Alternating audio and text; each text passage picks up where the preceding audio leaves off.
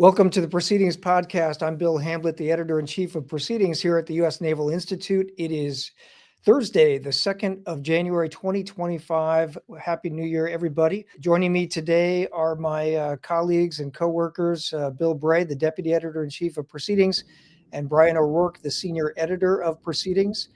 We thought we'd just kick off the new year with a bit of a roundtable discussion. We want to look back a little bit on 2024, some of the highlights of our year and the year for the sea services, and a bit of a prospective as well. We'll look at a couple things that are in the January issue of Proceedings and highlight a couple things that are coming to us in the future. Bill, one of the things that we did today was we looked back at the most read articles, the top 20 most read articles from 2024, according to Google Analytics. What jumped out at you from that?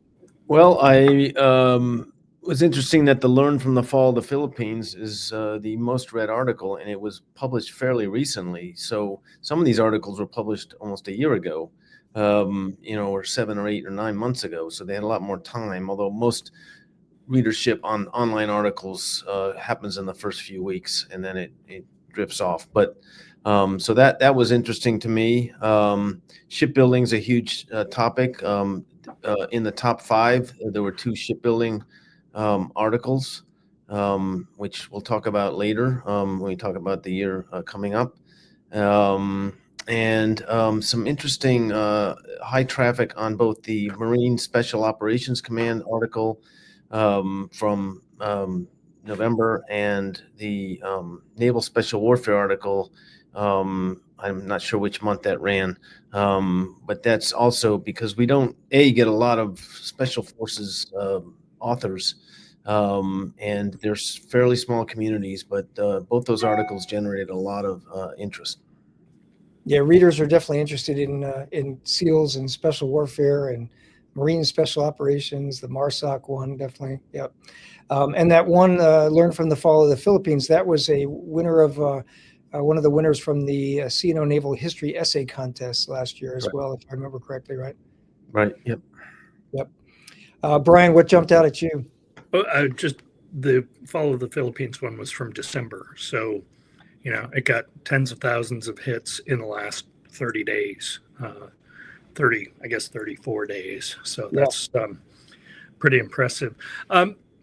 I think for me, one of the things that's impressive is the number of Marine Corps focused articles in total at the top of this list. Force design is still heavy. Rethinking the Marine Corps tank debate, which, by the way, the author wasn't saying, we were completely wrong and, go to the Idaho National Guard in Ukraine and get them back or anything like that. The MARSOC article, just some of our best writers come from the Marine Corps. And not every Marine Corps article is written by a Marine, but it's impressive to me that they're reaching the audiences that they are. Particularly, I think a recent commandant used to say, if you want to speak to the Marine Corps, write for the Gazette. If you want to speak to the Naval Service writ large, write for Proceedings. And I think Marines are taking that to heart. A lot of great content in the Marine Corps Gazette, but it's a different kind of thing that we get here, and I appreciate that the readers recognize it. Yeah, me too. One that I was happy to see, Graham Scarborough, Commander, F-18 Super Hornet Wizzo. He wrote a piece that we published back in September or October. It was an online-only piece, and it was in response to we saw something happen in the news, which was a strike that the Israeli Air Force did, this massive strike against Lebanese Hezbollah. They used about 80 JDAMs, which just rocked my world when I saw that number in one strike on one target or one target complex. And so I reached out to Graham, who was our, I think, 2019 Author of the Year, and said, hey, what do you think about this? You're a Top Gun grad and you're a Super Hornet guy. And he wrote a great piece on just analyzing that and looking at it from, and he had the same take. He was like, yeah, from our perspective, we get so used to in OEF and OIF, dropping small numbers of very precise weapons, that to use that many 2,000 pounders in a concentrated area And that's when the Israelis decapitated Lebanese Hezbollah in that strike. But Graham also was, he put it in context in a great way. And that was a nice, I thought, a terrific use of our ability to reach out to certain experts when something's happening and say, hey, can you comment on this? And Graham just did a great job. So I enjoyed that. 2024, as we were, waiting to kind of kick this off, we were talking about the fact that the American Sea Power Project wrapped up. And so that was a major 3.5 year or so ordeal for us. A big idea that, Paul Giara and Jerry Roncollato came to us with that idea in, I think, 2020. And they said, hey, Proceedings does great stuff. Most of the things that you've published over the years just tend to be over the transom or stuff that comes in as authors have ideas and they submit. And that's a great way to do things.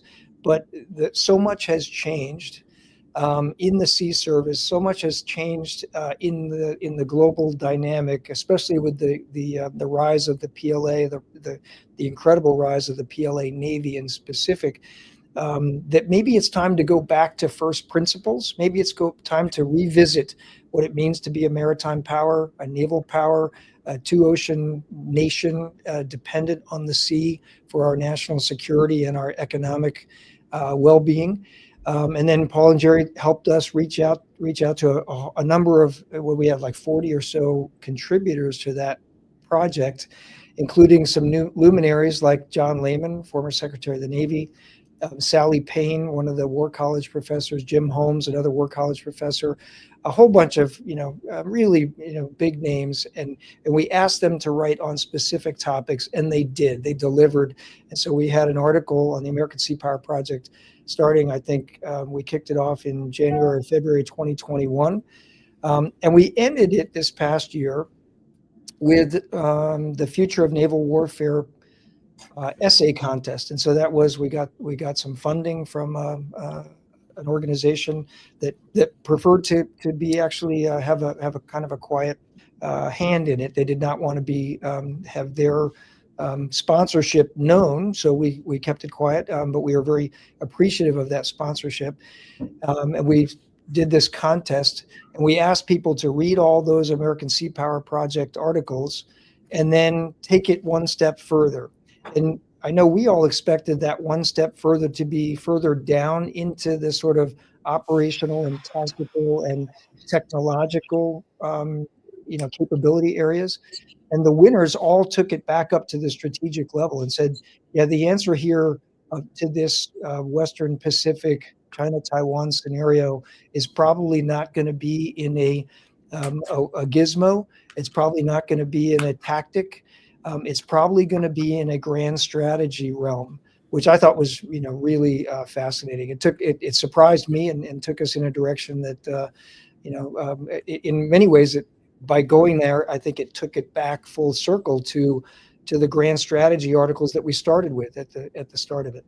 Well, it was kind of an interesting contest because a lot of the entries went the other way, and August Cole and Pete Singer do a thing they call useful fiction, but they also call it FICINT, and right. FICINT. And I've seen August give a talk on it where he spells it out. But really what they mean is you can think differently about the future in a story than you can in an essay. And we had a lot of would-be FICINT authors. Yeah, we did. That's right. A few of them were pretty good. A lot of them were hokey. Energetic, let's say. I'm going back to high school teaching days where I want to praise even stuff that I wish I hadn't had to read. But even within one of those, there were one or two that tempted us in some ways to say, okay, this person really is showing us what they've thought through in a different way. But yeah, it was. I'd be hard pressed to name any essay in that contest that I read that really did exactly what I thought we would get. Even among the winners, they were not. Some were operational, some were. Here are ways to do specific things, but it was fascinating to see. I mean, Tom Clarity's article stands out for me as, here's a theory of victory, and it wasn't even remotely the kind of thing we expected to get. But Actually, I guess his wasn't an entry, but we published it as a companion to it because Right. it was related. But we had other articles in that same vein. It was high level. We're still not done thinking about the big picture, I guess maybe is the way to say it. Yeah, no, I think that's a good way to put it. Yep. So I do encourage people to go back to the American Sea Power Project, and you can find it on usni.org, our homepage. There's a link right there on the front to the American Sea Power Project, and all of those articles, starting with Jim Holmes's great power or great responsibility demands a great Navy, is just foundational articles that Ensign Hamblet really could have benefited from back 35, 40 years ago. Okay, now we're in 2025, so we just started the year off as we always do with our Surface Navy focused issue. So that's out. We actually don't have our advanced copies, but this is what the cover looks like. And we always time it with the Surface Navy Association's National Symposium, which is 2 weeks from now in Crystal City. So our Surface Navy issue is always, we have bonus distro at SNA, and we look forward to being there and having the Naval Institute booth there. There are some really great articles in this issue. So one of the articles that is in the January issue was titled "Military Sea Lift Command Needs a Belial Report."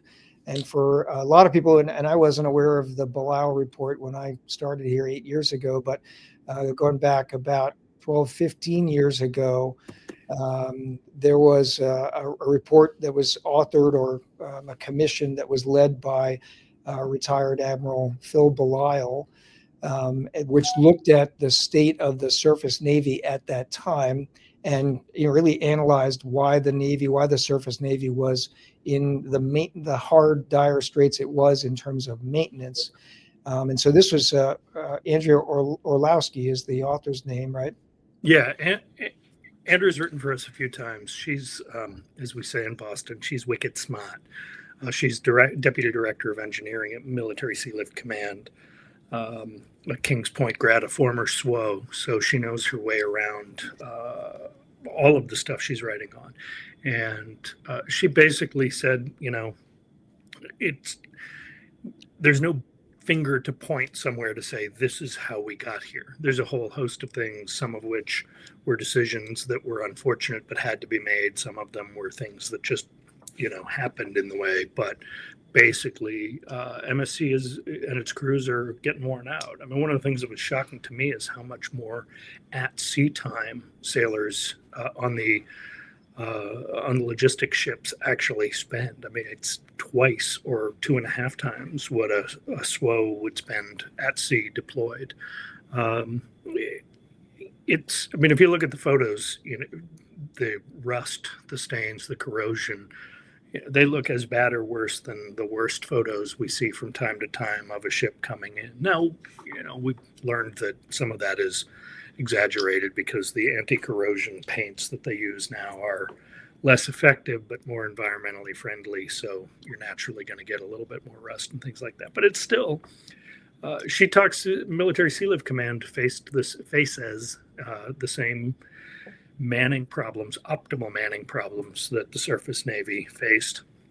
The Surface Navy backed off it a little bit and has improved it a little bit. Military Sea Lift Command really hasn't done as well with that. Part of it is a shortage of mariners. They've been cannibalizing ship crews to man ships to get those ships to sea. So it's a well done piece. Andrea's stuff is always worth reading. I looked back and she's done 4 for us over the past few years, and I hope we'll get a couple more. But it's always something I hadn't considered in a vital but less glamorous area than aviation or surface warfare or missiles or any of the stuff that everybody obviously recognizes and leans into. Yeah, and wants to focus on, right? One of the points that she made that really stood out for me is the fact that MSC does not have a resource sponsor in what she calls the high aughts, right? Or the high 90s, right? So the N98, the N97, et cetera, which is, the aviation, the surface, the submarine, Right. resource sponsors in the Pentagon in OPNAV. but MSC and the logistics force doesn't have that. And so because of that, there's less emphasis, less visibility, and probably less of the CNO and the vice chief's time is spent thinking about and learning about and hearing about some of the problems that plague that important part of the fleet. It probably would come as a surprise to many of our listeners that in the 290 some battle force ships that the Navy reports, about 60 of them, a little over 60, are military Sea Lift Command ships. They're the logistics ships, the oilers, the dry cargo and ammunition ships. They're not shooting missiles, and they're manned significantly by civilian mariners. So that's going to be tough to maintain when the shooting starts. They're not, at present, not subject to military discipline. They can't be ordered to do very many things in the way you can tell a sailor on a DDG to go do this, sail into harm's way. So there's a lot to be learned from this article. The High Nine thing is really important. That attention is divided among several resource sponsors. And of course, if you have 3 resource sponsors, you don't really have any resource sponsors because you're always the stepchild to whatever their principal area is. Not to say none of them ever do anything for Military Sea Lift Command, obviously. If that were true, we wouldn't be talking about this because there wouldn't be a Military Sea Lift Command. But it's hard for them to do what they want to do, and it's hard for them without things being highlighted. And I think Andrea's goal was to help people in charge of Military Sea Lift Command right now build support for the things they recognize need to be fixed and want to fix. And they need support from Congress and CNO and the Department of the Navy to do it. Yeah. Bill, what was an article that you worked on in the January issue that comes to mind? Yeah, I worked on Walt O'Donnell and Caroline Stanton's article on celestial navigation, which was a lot of fun because I was a navigator way back in my SWO life. And I did what they did, which is I shot sun and sunlines during the day and moonline and stars and moonlines at night, and would compete with my QM1 to get effects. So it brought back some memories for me. I also deployed the first time with no GPS. GPS was installed on the ship the second deployment I made. We had Loran C. We had other electronic aids that helped us. We weren't just using celestial navigation, but it was a very practiced art, still back in the late 80s, early 90s. Not so much for a long time once GPS became the standard. Today, the Navy, well, not today, but in the last 7, 8, 9 years, the Navy has re-emphasized the skills because the fear is that in a high-end fight that the GPS won't be available and other, electronic or communications degraded environments, and you might actually need to do this.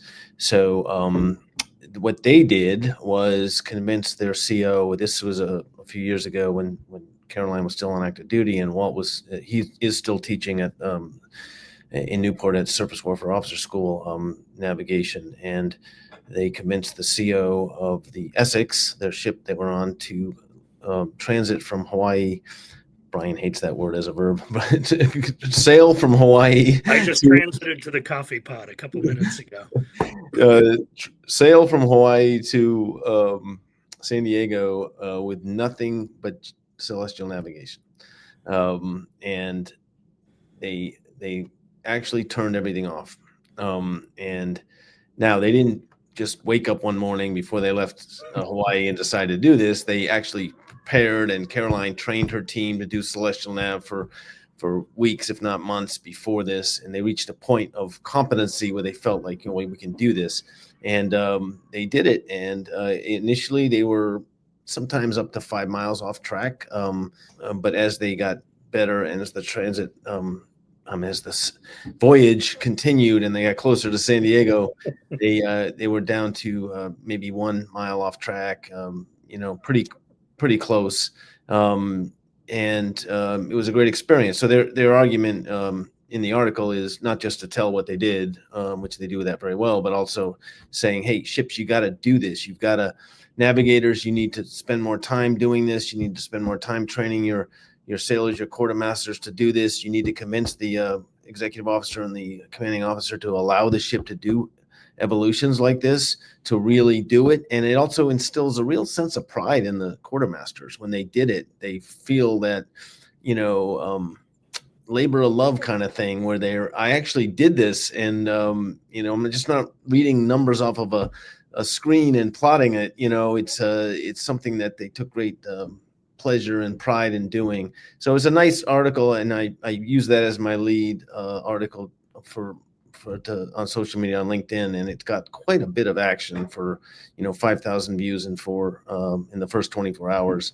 So a lot of people liked it and agree with it, and why don't we do this more, and blah blah blah. And some old timers like us, Bill, that remember Celestial Nav at the Naval Academy. Chris Dumpy had a great post in there. He said, when I took my Celestial Nav midterm and I plotted myself in the middle of Iowa, I went back to my room and prayed I'd get aviation.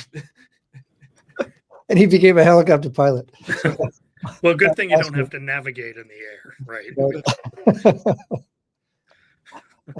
We've had some good celestial navigation stuff in recent years. We have, right.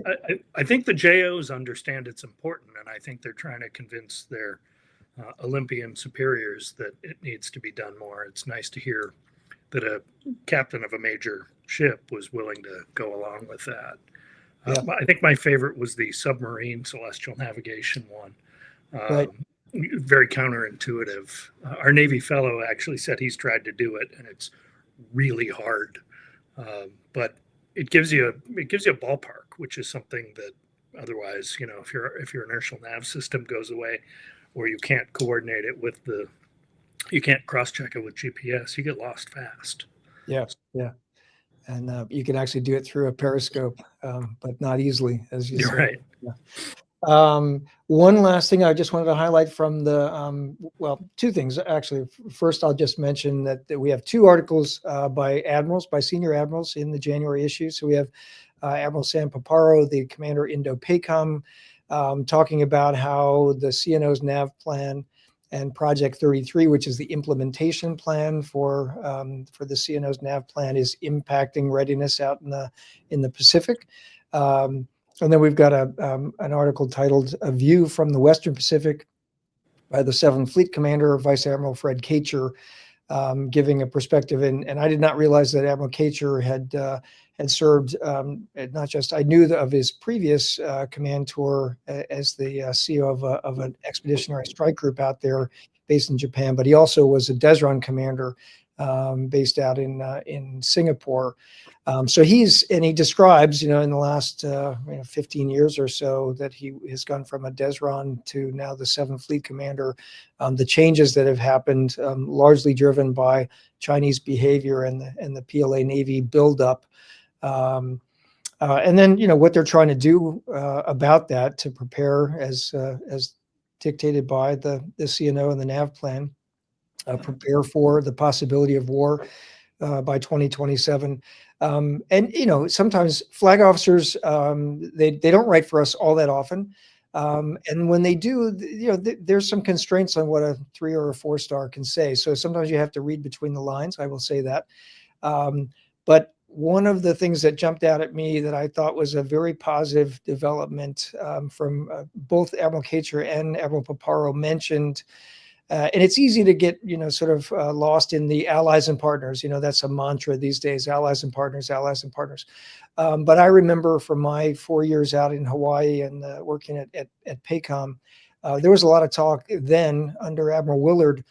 There was a desire to do trilateral exercises and build trilateral interoperability capability between the US, Japan, and South Korea.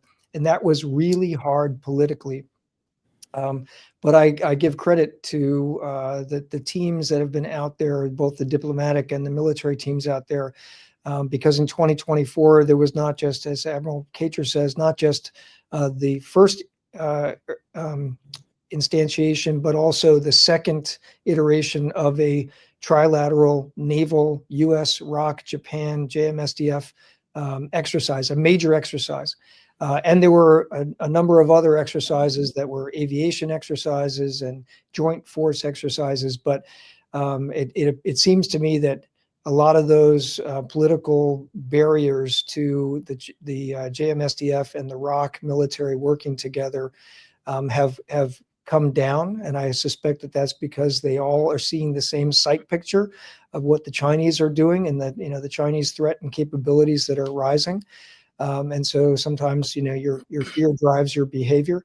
But both those admirals mention allies and partners, but they mention a lot of specifics about things that are being done with alliances and partnerships out there in the Western Pacific to push back and to prepare for the possibility of having to defend Taiwan or having to defend allies, allied territory in the Western Pacific. So I appreciate having both of them, but I also appreciate some of the feedback we're seeing on our online comments as well. So great to have them in the magazine, and great to have the comments that people are sending us. About, hey, it's not all a great story, right? And Admiral Kacher mentions that very specifically about how the Chinese threat and the buildup of the atolls in the South China Sea and the behavior against the Philippines and against Taiwan and against the Japanese and other allies is very problematic. And those two gentlemen who I've met and talked to, they have hard jobs. They have hard jobs right now. And so anyway, so those two senior flag officers in the January issue. And then I also wanted to point out, Brian, the need to know this month. So I always credit you for coming up with that column, that section of the magazine. But there's been a lot happening in the commercial shipping industry that will have an impact on the Navy, or could have an impact in the Navy. And in this particular month, you talk about efforts to digitalize and also decarbonize the commercial shipping industry. So talk about that a little bit. So that's actually a feature we did as an extended need to know format, which I thought was kind of cool. We have not done very much of that. Our standard features are 2,500 words. Here's a thesis statement. Here are 3 supporting arguments. Here's a conclusion. This one, they had a story about, basically if you decarbonize, if you put alternative fuel, alternative power systems on merchant ships, particularly the kinds of ships that will support military operations, say a roll-on, roll-off vessel that got impressed into service. There are consequences to that. Some of them are that in order for them to be more fuel efficient, they use power sources that don't generate as much power, so they go slower. Unfortunately, like it or not, the best energy density that we have short of nuclear power is petroleum products. You can't get more energy out of a given volume of a fuel than you can, of any fuel, than you can from petroleum, from diesel oil, JP8, gasoline, whatever. Everything else is lower energy density, which means to get the same range out of it, you need a bigger stock of fuel. You need more fuel tanks, more fuel capacity. If you aren't willing to increase the size of your tanks or fuel storage somewhere, then you're shortening the range of it. So those are real world consequences for it. And so this is the story they tell, which is that this is happening and this. But along the way, they have to introduce alternative fuels. They had to introduce ammonia, for example. Ammonia has some value, but again, the energy density is lower. In small amounts, it's not particularly dangerous. It's not the most flammable thing you can imagine out there. But if there's a big tank and it ruptures, the toxic cloud is horrible. So they have a lot of sort of associated ideas. And rather than keep wandering into sidebars and tangents that are important, we pulled those out and set them in small sort of bite-sized pieces that accompanied the article and made it so you could both understand what they wanted you to know in the big picture and get the and get the relevant additional details if those are either of interest to you or relevant to your profession or whatever. I do want to say, though, you mentioned need to know came from me. I was active in figuring out what it was going to be, but actually the idea originated with our chief designer, Karen Eskew, who had wanted some bite-sized stuff at some point to get us to get some, I call them palate cleansers sometimes, even in the, even though it comes at the front of the magazine, it doesn't require you to sit down and commit a half an hour and then all the think time afterward to get a little bit of quick information. Fewer words, more pictures. Yeah, some of that. And, for the JO who's about to go on watch, you don't if you're in the wardroom and flipping through, you don't necessarily have time to read an excellent article about allies and partners, but you might go, hey, here's a list of Coast Guard stuff I didn't know about. Cool. Yeah, right. That kind of thing. Yeah. In this case, the International Maritime Organization, which is a UN structure, has been for years now, more than a decade, talking about how to decarbonize or lower the carbon density of international, commercial shipping, and to reduce the pollution of it. So there's been some moves already towards low sulfur fuels, which is, improving the air quality in places like Long Beach and Rotterdam, for example. But some of these alternative fuels, so liquefied natural gas is one. You mentioned ammonia is another one. There's also some things that they're doing with almost sail power. Actual sail power, but it's high-tech looking sail structures on the ships. Anyway, but all those things could have an impact on the commercial shipping industry's ability to support or operate with the Navy. There was a funny article, unintentionally funny, unself-aware article on CNN a few years ago as the idea of sail power was coming along, and they described this new technology that allowed ships to capture the wind as a motive power. And it was just kind of obviously a general assignment reporter from Iowa who'd never seen a boat in his life or her life was writing this article. But there are sails, there are high-tech sails, there are even a weird rotor that creates a vacuum that essentially sucks the ship forward, called a Flettner rotor. There's a lot of interesting ideas out there, but they all do come with this disadvantage, which is that if you want to go fast, if you want to keep up with the strike group, if you want to get protected by a destroyer that isn't going to want to putter along there, these are not ideal solutions. They're great for the environment, they're great for pollution. They're not the best thing possible for a warfighting organization when it's trying to fight a war. Yeah. All right. So I want to wrap up a little bit and just look forward for 2025 beyond January. So we've talked about the January issue. The February issue we're dedicating towards shipbuilding. We've got a number of articles, 7, 8. We just went through our photo meeting today where we talk about the articles and we talk about how we might illustrate and what types of images we should be looking for to go with all these articles. So we've got articles that, we have a former NAVSEA commander, Vice Admiral Moore, has written a piece about, shipbuilding. We've got a guy on our who's on our foundation board who's been involved in shipbuilding, and with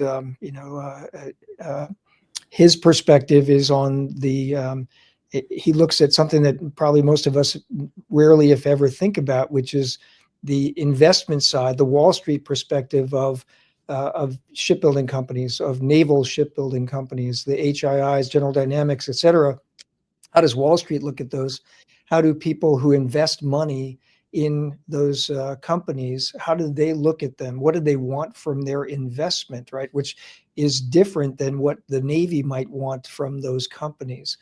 So that's a very unique perspective. And then we've got former CNO Richardson looking at his article is on, a futuristic, like this is how it could work in the future. And that particular article I'm working on with Admiral Richardson talks about building ships in terms of 3 different streams of production, which I found fascinating because he says, look, essentially you've got software on ships. You've got systems, electronic systems, weapon systems, et cetera. And then you've also got your hull power, mechanical air conditionings, and those are the most enduring systems and the slowest to develop and to build. But you actually have to build ships using those three different streams at their own time scales, harmonized together. And then he has an example of what that might look like in the future if we could do that. So anyway, I think the February issue, all of those articles and others I didn't describe, it's going to be a great issue. I'm very excited about it because clearly over the past, as we talked about it in an episode of the show, 4 or 5 months ago, Brian, the Navy, through multiple different administrations, from Obama to Trump to Biden, going back to Trump, Republican and Democratic administrations have wanted to build the Navy to 350, 355, 380 ships, and we have not been able to get past 300. We're stuck in the 290s, right? And so that told us that shipbuilding needed to be a topic that was, we in proceedings needed to focus on, that we needed to, concentrate on. So that's what we're doing in the February issue. I'm curious for you guys what you think, what other topics you think are going to be major topics, and some of them might be recurring and some of them might be new ones coming in throughout this year.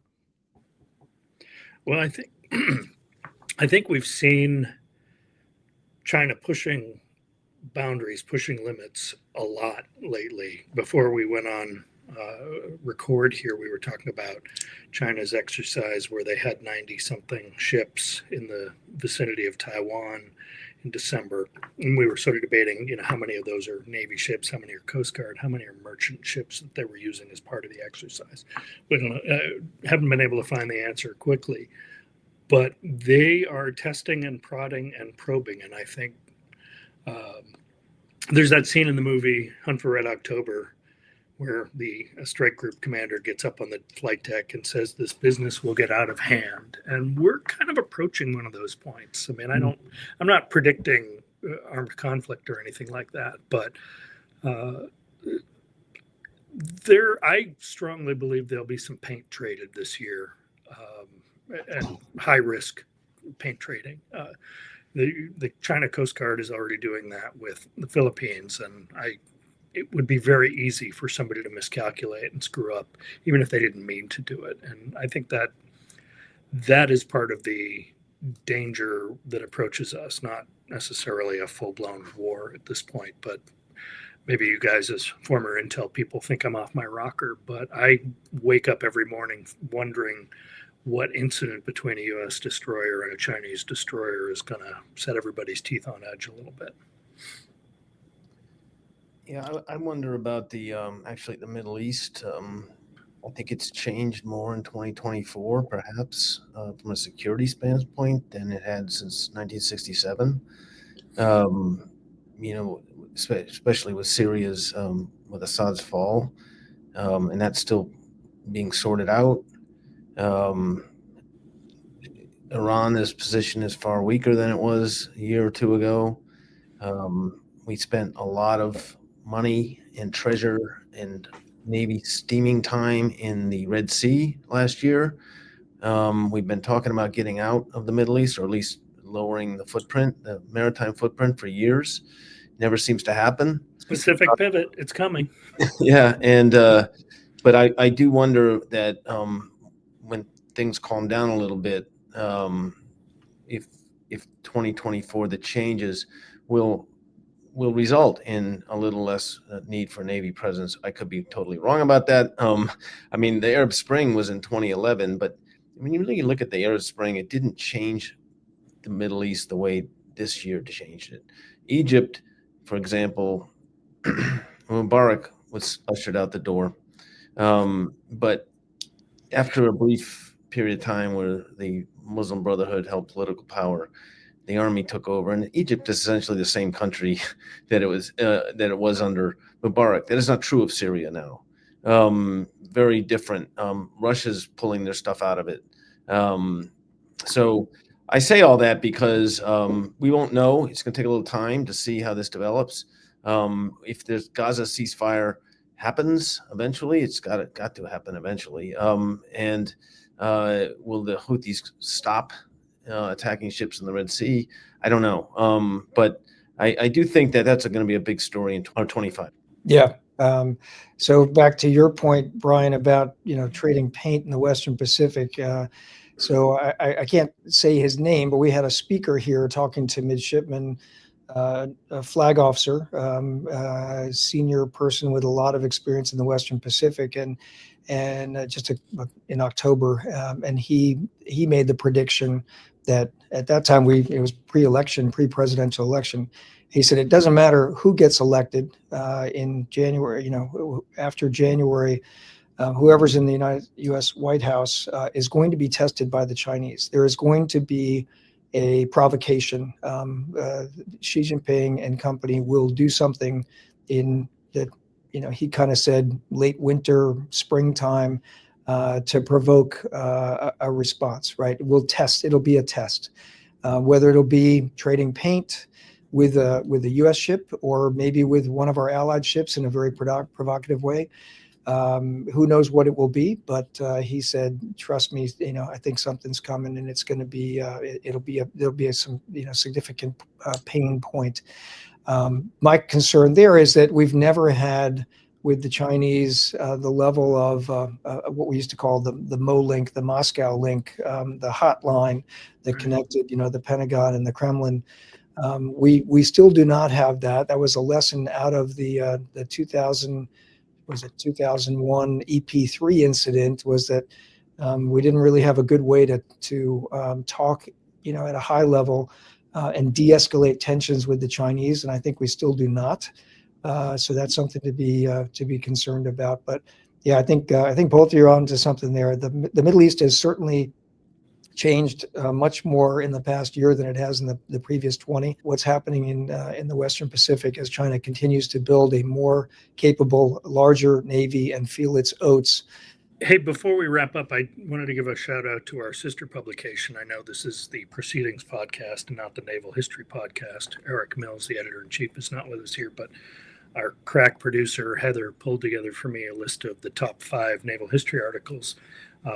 One of them I just have to commend as an outstanding article, which is The Loss and Mysteries of the K-129, the ship that the sub that the Glomar Explorer was built to attempt to recover, and the recovered parts of it.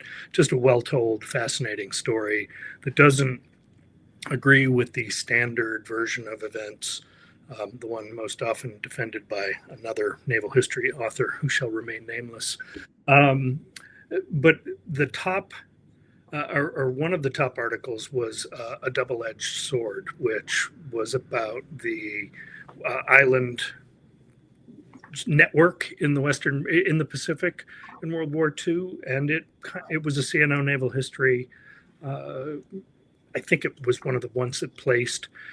It's applied history. It would be interesting to Proceedings readers to go look at that and see how the author thinks that to some degree, the remains of that network that are still there today and how it could be useful in a modern world. I think he calls it a two-way street in the article, even though it's a double-edged sword in the title. But they had a great year too. Lots and lots of good stuff in there, and Proceedings readers ought to make sure to check it out.